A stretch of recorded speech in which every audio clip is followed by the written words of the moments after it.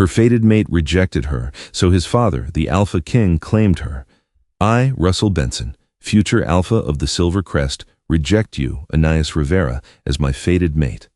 The words struck Anais like a physical blow, silencing the celebratory hum of the moon dance. Russell sneered, his arm wrapped tightly around Jenna Hills, the pack's most coveted she-wolf. A collective gasp rippled through the gathered pack, anticipating her devastation. But before Anais could crumble under the weight of his cruel dismissal, a deeper, more resonant voice silenced the whispers.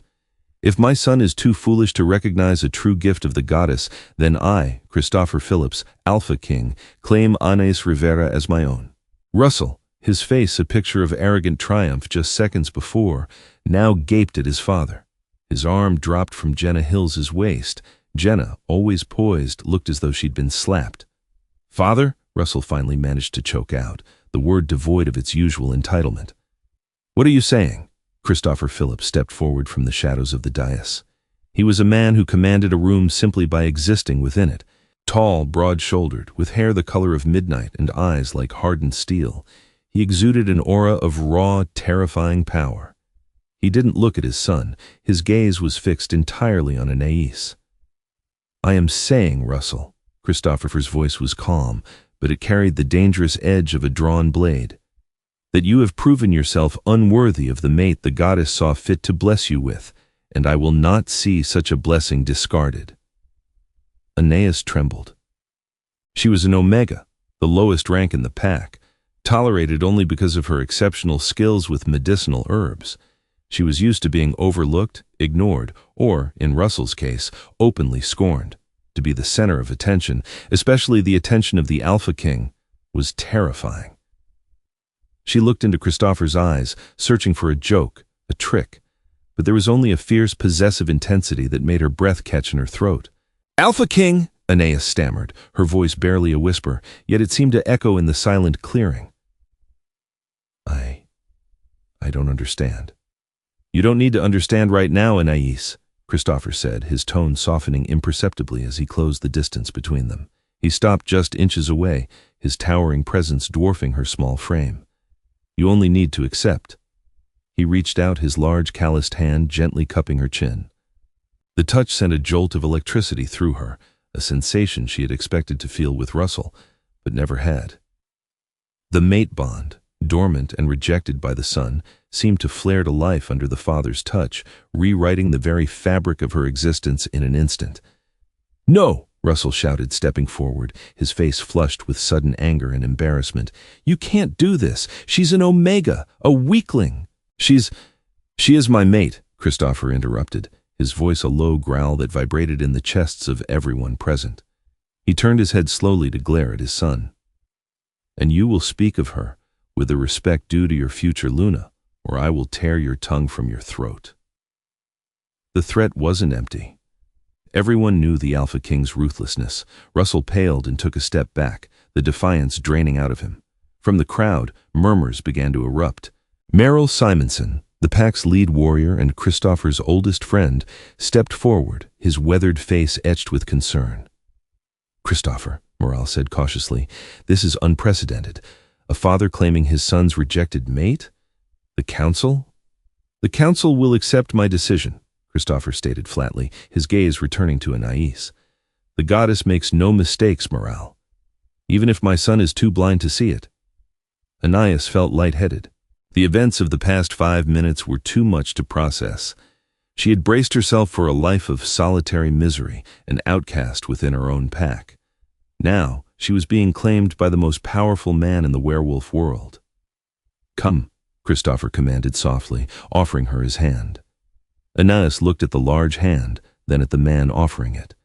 There was a challenge in his eyes, a dare to step into a life she could never have imagined. With a trembling breath, she placed her small hand in his. His grip was firm, reassuring, and terrifyingly strong. As he led her away from the stunned crowd, Anais caught sight of Tracy Catafo, her only friend in the pack, watching with wide, disbelieving eyes. She also saw the seething resentment in Jenna's expression and the calculating gleam in the eyes of Prudencio Prasek, the pack's notoriously ambitious beta. The path ahead was shrouded in uncertainty, but as Kristoffer's hand engulfed hers, radiating warmth and unquestionable authority, Anais knew one thing for certain. Her life as she knew it was over. The Omega was gone. What she was becoming, she had yet to discover. The Alpha King's residence was not a house. It was a fortress, carved into the side of the highest mountain in Silvercrest territory. It was a place Anais had only ever seen from a distance, a looming presence that whispered of power and ancient secrets.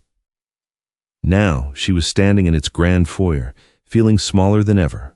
The interior was a stark contrast to the rugged exterior. It was opulent, filled with rich tapestries, polished mahogany, and the faint, ever-present scent of pine and old books. It felt less like a home and more like a museum, cold and imposing. "Elisabeth will show you to your rooms," Kristoffer said, his voice echoing in the cavernous space. He hadn't let go of her hand since they left the clearing, but now he released it, leaving a sudden chilling emptiness in her palm. A woman with severe features and hair pulled back so tightly it looked painful stepped forward. Elisabeth Abbat, the head housekeeper, regarded Anais with barely concealed disdain. "This way," Elisabeth clipped, turning on her heel. Anais hesitated, looking back at Kristoffer. He was already turning away, his attention seemingly shifting to unseen matters. A pang of unexpected disappointment twisted in her chest. Had this all been a performance, a grand gesture to humiliate his son with her as merely a prop? "Alpha," she called out softly. He stopped, turning his head slightly. "Yes, Anais?" "Why?" she asked, the single word carrying the weight of all her confusion and fear. Kristoffer was silent for a long moment. When he finally spoke, his voice was low, meant only for her ears. "Because I saw what he was throwing away, and I do not waste precious things." Before she could dissect the meaning behind his words, he was gone, disappearing down a long, shadowed corridor. Elisabeth led Anais up a sweeping staircase and down a hallway lined with portraits of past alphas. They stopped before a set of heavy oak doors. "These are your chambers," Elisabeth announced, pushing the doors open. The rooms were breathtaking. A large four-poster bed dominated the center, draped in silken sheets the color of moonlight. A sitting area with plush velvet armchairs sat before a massive stone fireplace. It was beautiful, but it felt suffocating. "Dinner is served at 8, Elisabeth said, lingering in the doorway. "The Alpha King expects punctuality." "Thank you," Anais murmured, stepping into the room. As the heavy doors clicked shut behind her, the reality of her situation settled in. She was a prisoner in a gilded cage. She had traded the scorn of the pack for the isolating grandeur of the Alpha's estate. The next few days passed in a blur of lonely luxury. Anais rarely saw Kristoffer. He was consumed by pack business, leaving early in the morning and returning late at night. She spent her days exploring the vast library, losing herself in ancient texts on herbology and pack history, trying to ignore the constant watchful eyes of Elisabeth and the other staff. One afternoon, while wandering the gardens, she encountered Draga Ulrich, the pack's enigmatic seer. Draga was an elderly woman, blind in one eye, with a reputation for cryptic pronouncements. "The little Omega," Draga croaked, her good eye fixing on Anais with unnerving intensity, "playing Luna in a house of shadows." "I am not playing," Anais replied defensively, though she wasn't entirely sure herself. Draga chuckled, a dry, rasping sound. "The king claims the prize, but the game is far from over. Watch the shadows, child. The sun's pride is bruised, and a bruised wolf is a dangerous one." The warning sent a shiver down Anais's spine. She hadn't seen Russell since the night of the moon dance, but she knew Draga was right. Russell wouldn't simply accept this humiliation. That evening, dinner was different. Kristoffer was already seated at the head of the long dining table when Anais arrived. He gestured for her to sit to his right. The meal passed in uncomfortable silence, broken only by the clinking of silverware. Anais picked at her food, the seer's warning echoing in her mind. "You are quiet," Kristoffer finally observed, his gaze resting heavily on her. "I am adjusting," Anais replied carefully. "To what? The luxury or the reality of being my mate?" "To the isolation," she admitted, surprising herself with her honesty. "I'm used to being ignored, but not confined." Kristoffer's jaw tightened. "You are not confined. You are protected. From what? From those who would use you to get to me, he said, his voice dropping to a dangerous register. My son is a fool, but he is not the only threat in this pack. Before Anais could ask what he meant, the dining room doors burst open. Morale Simonson stood in the doorway, chest heaving, his face grim. Kristoffer, Morale said, his voice taut with urgency. We have a problem. The southern border has been breached. Rogues. Kristoffer stood up immediately, the aura of the powerful Alpha King instantly enveloping him. How many? Too many, Morale replied grimly, and they are organized. Kristoffer turned to Anais, his expression unreadable. Stay here. Do not leave these walls. As he strode out of the room, followed closely by Morale, Anais felt a sudden terrifying realization. The gilded cage wasn't just to keep her in, it was to keep the dangers of his world out. And those dangers were knocking at the door. The news of the rogue attack spread through the Alpha's estate like wildfire, though the staff tried their best to conceal their panic from Anais. She spent the next 2 days pacing her luxurious chambers, the silence of the fortress now oppressive rather than merely isolating.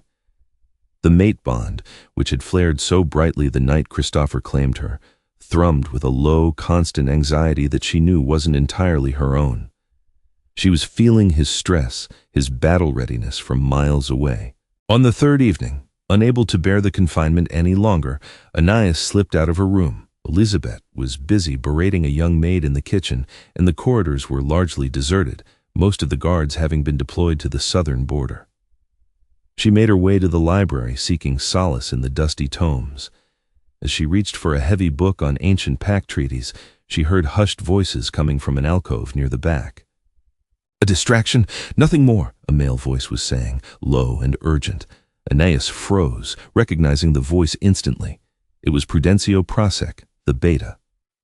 Are you sure? A woman asked, her voice laced with skepticism. It was Jenna Hills. Kristoffer doesn't make mistakes. He has this time, Prudencio sneered. He's blinded by some twisted desire to punish Russell. He's left the heart of the territory vulnerable to chase shadows at the border. So the plan proceeds? Jenna asked. Tonight, Prudencio confirmed. While the king is away playing soldier, we secure the real prize. Anais clamped a hand over her mouth, her heart pounding frantically against her ribs. What prize? What plan? She had to warn Kristoffer, but how? She was miles away and she had no way to communicate with him. She slowly backed away from the alcove, her mind racing. She needed to find Morale or someone she could trust. But as she turned the corner, she slammed hard into a solid chest. Strong arms closed around her, stifling her gasp of surprise. Well, what do we have here? The voice was a purr of malice, and Anais looked up into the cruel eyes of Rhys Salvini, one of Prudencio's most loyal enforcers. Let me go! Anais struggled, but his grip was like iron. I don't think so, little Omega, Rhys mocked. You're coming with me. He dragged her out of the library and down a secret servant's stairwell Anais hadn't even known existed. They emerged in the lower cellars, a damp, dark area used for storing wine and apparently holding prisoners. He shoved her roughly into a small, windowless cell and locked the heavy iron door behind her. Enjoy the accommodations, Rhys sneered through the small grate. You won't be here long. Panic clawed at Anais's throat as the footsteps faded away. She was trapped. She frantically searched the small cell, but it was bare, save for a moldy straw mattress. She tried the door, but it wouldn't budge. Hours ticked by. The darkness was absolute, broken only by the faint sliver of light under the door. She tried to reach out through the mate bond to project her fear and desperation to Kristoffer, but she was inexperienced, and the distance felt insurmountable. Suddenly, the heavy thud of footsteps approached, the lock clicked, and the door swung open, blinding her momentarily with a harsh flashlight beam. Get up, a harsh voice commanded. It wasn't Rhys, it was Bernard Mocenigo, a massive scarred brute who served as Russell's personal bodyguard. He grabbed her arm and hauled her to her feet, dragging her out of the cell. They went deeper into the cellars, finally arriving at a large stone-walled chamber. In the center of the room stood Russell Benson. He looked haggard, his usually immaculate appearance disheveled, a manic gleam in his eyes. Prudencio stood slightly behind him, a smug smile playing on his lips. Hello, Anais, Russell said, his voice dripping with false sweetness. I trust you've been enjoying your stay in my father's house. "What is this, Russell?" Anais demanded, trying to mask her fear with bravado. "Your father will kill you for this." Russell laughed, a harsh, grating sound. "My father is busy dealing with a rogue problem I conveniently helped orchestrate. By the time he returns, it will be too late." "Too late for what?" Prudencio stepped forward. "For him to stop the transition of power. Alpha King Kristoffer is strong, but he is becoming erratic. Claiming a weak Omega as his mate proves he is no longer fit to lead. The council is already gathering to hear my petition to install Russell as the new Alpha." "And what do you need me for?" Anais asked, a chilling dread settling over her. "Leverage, my dear," Prudencio said smoothly. "Kristoffer may be a fool, but he is a proud fool. He won't let his mate be harmed. He will surrender the title to ensure your safety." Anais stared at them in horror. They were staging a coup, and they were using her as bait. "You're both insane," she whispered. "He won't negotiate with traitors." "We shall see," Russell said, stepping closer, his eyes cold and cruel. "But just in case he needs a little convincing." He nodded to Bernard, who stepped forward, pulling a wicked-looking silver dagger from his belt. The sight of the silver, deadly to their kind, made Anais's blood run cold. She squeezed her eyes shut, desperately pouring all her terror, all her desperation into the fragile thread of the mate bond, praying with everything she had that Kristoffer would feel it. "Please," she cried out in her mind, "please." Miles away, at the edge of the southern forest, Alpha King Kristoffer stood knee-deep in the gore of the rogues they had just slaughtered. The battle had been fierce, but brief. These were not the disorganized, desperate stragglers they usually encountered. They were well-fed, armed, and fighting with a strange, focused coordination. "This was a diversion," Morale stated, wiping blood from his blade, echoing the thought that had been gnawing at Kristoffer since the fighting started. "They didn't expect to win, they just wanted to keep us occupied." Kristoffer nodded grimly. His instincts were screaming at him. He closed his eyes, reaching out with his senses, feeling for the pulse of his territory. And then, it hit him. It wasn't a sound or a scent. It was a visceral, agonizing wave of pure terror that crashed over him, a psychic scream that echoed in his very soul. It was Anais. The mate bond, usually a steady, warming hum in the back of his mind, was suddenly a blazing inferno of distress. The sheer intensity of her fear made his own heart stutter. "We need to return," Kristoffer roared, his voice carrying the terrifying resonance of the Alpha command. "Now!" He didn't wait for Morale or the others. He shifted instantly into his massive midnight black wolf form and tore off through the forest, a blur of muscle and fury. The run back, which usually took hours, felt like a lifetime. Every second that ticked by was agonizing, fueled by the relentless barrage of fear emanating from Anais. He could feel her desperation, her helplessness, and a cold, sharp spike of impending pain. When he finally reached the edge of the estate, he didn't bother shifting back. He barreled through the heavy iron gates, the metal groaning and snapping under his immense weight. Guards scattered, recognizing the unbridled fury of their king. He tracked her scent, bypassing the main house entirely, heading straight for the hidden entrance to the old cellars. The scent of silver and blood hit his sensitive nose, making him snarl in sheer, unadulterated rage. He smashed through the heavy oak door leading down, the wood splintering into kindling. In the stone chamber below, Russell, Prudencio, and Bernard froze, turning toward the sound of the destruction. Anais was backed against a wall, a shallow cut on her arm bleeding freely, the silver poisoning already making her pale and dizzy. Bernard was advancing on her again, dagger raised. Kristoffer didn't hesitate. He launched himself across the room, a massive projectile of teeth and claws. He hit Bernard before the brute could even react, the impact sending them both crashing into the opposite stone wall. A sickening crunch echoed through the chamber as Kristoffer's powerful jaws clamped down on Bernard's shoulder, crushing bone and tearing muscle. The enforcer screamed, dropping the silver dagger. Kristoffer tossed the heavy man aside like a rag doll and turned his blazing golden eyes on his son and the traitorous Beta. Prudencio had already drawn a silver sword, his face pale but determined. Russell was backing away, his bravado entirely vanished, replaced by stark terror. "Shift," Kristoffer commanded through the pack link, the order absolute and undeniable. Prudencio resisted for a fraction of a second, but the Alpha command was too strong. He shifted into a large gray wolf, snapping and snarling. Kristoffer met him head-on. The fight was brutal but short. Prudencio was a skilled fighter, but he was no match for the raw power and centuries of experience of the Alpha King. Kristoffer fought with a feral, terrifying efficiency, dodging the snapping jaws and delivering crushing blows. Within minutes, Prudencio lay whimpering on the floor, his body battered and broken, submitting to the Alpha. Kristoffer stood over him, chest heaving, his muzzle stained with blood. He slowly turned his gaze to Russell, who was cowering in the corner, whimpering pathetically. Kristoffer shifted back into his human form. He was naked, covered in blood and grime, but he looked every inch the terrifying king he was. "You," Kristoffer said, his voice a low, vibrating rumble that shook the dust from the ceiling.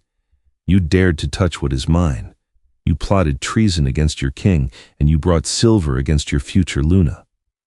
Father, please," Russell stammered, tears streaming down his face. "Prudencio manipulated me. It was his idea." A weak leader blames his followers," Kristoffer sneered in disgust. "You are stripped of your title, Russell. You are no longer Beta, no longer heir, no longer my son. You are banished from Silvercrest territory. If I ever see your face again, I will not hesitate to kill you." He didn't wait for a response. He turned his back on his sniveling former son and walked over to where Anais had collapsed against the wall, the silver sickness taking hold. His expression softened instantly as he knelt beside her. He carefully gathered her into his arms, mindful of the cut on her arm. "I have you," he murmured, his voice surprisingly gentle as he pressed a kiss to her clammy forehead. "You are safe now, my little Omega." As darkness claimed her, Anais leaned into his solid warmth, the terrifying king suddenly the safest place in the world. Anais woke to the soft golden light of late afternoon, streaming through the tall windows of her bedchamber. For a moment, she was disoriented, the memory of the cold cellars and the glint of silver feeling like a distant nightmare. Then she tried to move her arm, and a sharp throbbing pain reminded her of the reality. She hissed, clutching her bandaged forearm. "Don't move too much," a gentle voice cautioned. Anais turned her head to see Tracy Catafo sitting in an armchair near the bed, a bowl of water and some fresh bandages on a small table beside her. "Tracy?" Anais croaked, her throat dry. "What are you doing here?" Tracy smiled, a mixture of relief and awe on her face. "The king brought me here. He said you needed someone you trust while you recovered from the silver poisoning." Anais blinked, trying to process this. Kristoffer, the terrifying Alpha King, had noticed her only friendship and sought Tracy out. "How long have I been asleep?" 2 days, Tracy replied, wetting a cloth and gently wiping Anais's forehead. "The silver hit you hard. The king hasn't left the estate since he brought you back. He's been intense." "What happened to Russell and Prudencio?" Anais asked, dreading the answer but needing to know. "Prudencio is in the dungeons, awaiting trial by the council." "Treason," Tracy whispered, her eyes wide. "Russell, he's gone. Banished, stripped of everything." A complex knot of emotions tightened in Anais's chest.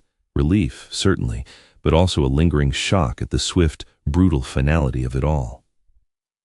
Later that evening, after Tracy had left, the heavy oak doors opened, and Kristoffer entered. He looked exhausted, the lines around his eyes deeper than before, but his gaze was sharp as it locked onto her. He pulled a chair to the bedside and sat, the silence stretching between them for a long moment. "How is the arm?" he finally asked, his voice low. "It aches, but Tracy said the poison is out of my system," Anais replied, watching him carefully. "I should have known," Kristoffer said, running a hand through his dark hair, a rare gesture of frustration. "I should have seen the ambition in Prudencio, the weakness in my son. I left you unprotected." "You came back," Anais pointed out softly. "You felt me." Kristoffer's gaze met hers, intense and unyielding. "I felt you as if you were a part of my own soul being torn away. That is the nature of a true bond, Anais." He reached out, his large hand gently covering her uninjured one. The sparks that had danced over her skin the first night returned, a comforting warmth that seeped deep into her bones. "I claimed you to spite Russell at first," Kristoffer admitted, his honesty surprising her. "I was furious at his foolishness, at his arrogance in discarding the goddess's gift, but—" He paused, his thumb tracing the knuckles of her hand. But from the moment I touched you, it became something else." Anais held her breath, the vulnerability in the powerful king captivating her. "You are not the weak Omega they believe you to be," he continued. "You survived the cellars. You faced my son and his thugs without breaking. You have a quiet strength, Anais, a strength this pack needs." "Though I don't know how to be a Luna," she whispered, the enormity of the title finally settling on her. "You will learn," he said simply, with absolute conviction, "and I will teach you. We will rebuild this pack, root out the rot that Prudencio festered, together." Over the next few weeks, as Anais healed, a new dynamic formed between them. It wasn't the immediate fiery romance of tales. It was something deeper, built on a foundation of fierce protection and growing respect. Kristoffer involved her in pack matters, listening to her quiet, often insightful observations. He didn't hide his ruthlessness when dealing with the traitors who had supported Prudencio, but he showed her a patience and gentleness she hadn't thought him capable of. She discovered he loved history, and they spent evenings in the vast library debating ancient treaties and pack laws. She found herself drawn to his intellect, his unwavering sense of duty, and the unexpected tenderness he reserved only for her. One evening, as they stood on a balcony overlooking the sprawling Silvercrest territory, the moon full and bright above them, Kristoffer turned to her. "The council has officially recognized you," he said, his voice a low rumble over the night breeze. "Tomorrow night, we will hold the ceremony. You will officially become my Luna." Anais looked out over the forest, feeling a sense of peace she had never known. The scared, rejected Omega was gone. In her place stood a woman who had survived betrayal, faced death, and found her strength in the most unexpected of places. She looked up at Kristoffer, meeting his intense gaze without flinching. "I am ready." He smiled, a rare, breathtaking expression that transformed his harsh features. He leaned down, his lips brushing hers softly at first, then deepening into a kiss that sealed their bond, a promise of a future forged not just by fate, but by choice. The Moon Temple, an ancient stone structure nestled deep within the oldest part of the Silvercrest forest, was aglow with thousands of candles. The entire pack was gathered, a sea of faces illuminated by the flickering light, watching with bated breath as the Alpha King and his chosen mate stood before the altar. The atmosphere was thick with anticipation and a lingering, unspoken tension. The events of the past month, the attempted coup, the banishment of the heir, the brutal suppression of the traitors, were fresh in everyone's minds. They were looking to their king for stability, and they were looking at Anais with a mixture of curiosity, skepticism, and newfound respect. Anais stood tall, dressed in a simple flowing gown of silver silk that seemed to catch the moonlight. She felt the weight of their stares, but she didn't shrink away. The terrified Omega who had cowered under Russell's rejection was gone. The woman standing beside Kristoffer Phillips was calm, steady, and resolute. Elder Sarah Busan, the oldest member of the council, stepped forward, her voice surprisingly strong as it echoed through the silent temple. "We gather tonight under the watchful eye of the moon goddess to witness the bonding of our Alpha King, Kristoffer Phillips, and his chosen, Anais Rivera." She turned her ancient piercing gaze on Anais. "You, who were once the lowest among us, have been chosen by fate and by our king. Do you accept the burden of the Luna? Do you vow to protect this pack, to guide its people, and to stand by your Alpha in times of peace and peril?" Anais looked out at the faces of the pack. She saw Tracy, beaming with pride. She saw Jenna Hills, standing near the back, her face a mask of subdued resentment, a sharp reminder that enemies still existed. She saw the uncertainty in the eyes of many, but she also saw hope. She turned to Kristoffer. He was watching her, his expression unreadable to anyone else, but she could feel the steady pulse of his confidence through their bond. He believed in her. "I do," Anais said, her voice clear and strong, carrying to the very back of the temple. Elder Buxen nodded slowly, satisfied. She turned to Kristoffer. "Alpha King, do you accept this woman as your mate, your equal, and your Luna? Do you vow to protect her, to honor her counsel, and to lead this pack with her by your side?" "I do," Kristoffer answered, his voice a deep, resonant vow that vibrated in the stone walls of the temple. The elder took a silver chalice filled with clear water from the moon pool and offered it to them. Kristoffer took a sip and passed it to Anais, who did the same. By the power of the moon goddess and the ancient laws of our kind, I declare you Alpha and Luna of the Silver Crest Pack, Elder Buxen proclaimed. May your bond be unbreakable and your reign be long and prosperous. A collective howl erupted from the gathered wolves, a deafening roar of acceptance and submission that shook the ground. The sound washed over Anais, a tangible wave of power and responsibility. The days that followed were a whirlwind of activity. Anais quickly realized that being Luna was not merely a ceremonial title, it was a demanding full-time job. While Kristoffer handled the military and political affairs, Anais found her calling in the internal workings of the pack. She utilized her extensive knowledge of medicinal herbs to overhaul the pack's infirmary, working closely with the healers to improve treatments and care. She established programs to support the Omegas and lower-ranking wolves, ensuring they were no longer marginalized or mistreated. Her gentle but firm approach surprised many who had expected her to be a puppet of the Alpha King. She listened to grievances, resolved disputes with fairness, and slowly, surely, earned the genuine respect and loyalty of the pack, not just because she was the Alpha's mate, but because of who she was. One afternoon, several months after the ceremony, Anais was in the gardens tending to a rare patch of moonflower when Ron Saj, the new young beta Kristoffer had appointed, approached her. "Luna," Ron said respectfully, bowing his head. "The Alpha requested your presence in the war room." Anais wiped her hands, a flutter of anxiety in her stomach. The war room was rarely used for pleasant matters. She found Kristoffer staring intensely at a large map spread across the central table. He looked up as she entered, the tension in his shoulders easing slightly at the sight of her. "What is it?" she asked, moving to stand beside him. "Reports from the northern borders," he said, pointing to a rugged section of the map. "There are rumors of a new, large rogue faction forming, led by a wolf with a distinct grudge against the Silver Crest." Anais felt a cold dread settle in her stomach. "Russell," Kristoffer nodded grimly. "It seems banishment was not enough to extinguish his ambition. He is gathering the outcasts, the malcontents, preparing to challenge me again." "He is a fool," Anais said quietly, her voice lacking any of the fear she would have felt a year ago. "A desperate fool is a dangerous one," Kristoffer replied, his eyes dark with the prospect of having to fight his own blood once more. Anais reached out, placing her hand over his on the map. She felt his tension, his lingering sorrow over the son he had lost to ambition and cruelty. "We will face him," she said firmly, her voice infused with the quiet strength of the Luna she had become. "We rebuilt this pack stronger than it was before. We purged the rot. We are ready." Kristoffer looked at her, the dark clouds in his eyes parting to reveal a profound, unshakable love. He turned his hand over, tangling his fingers with hers.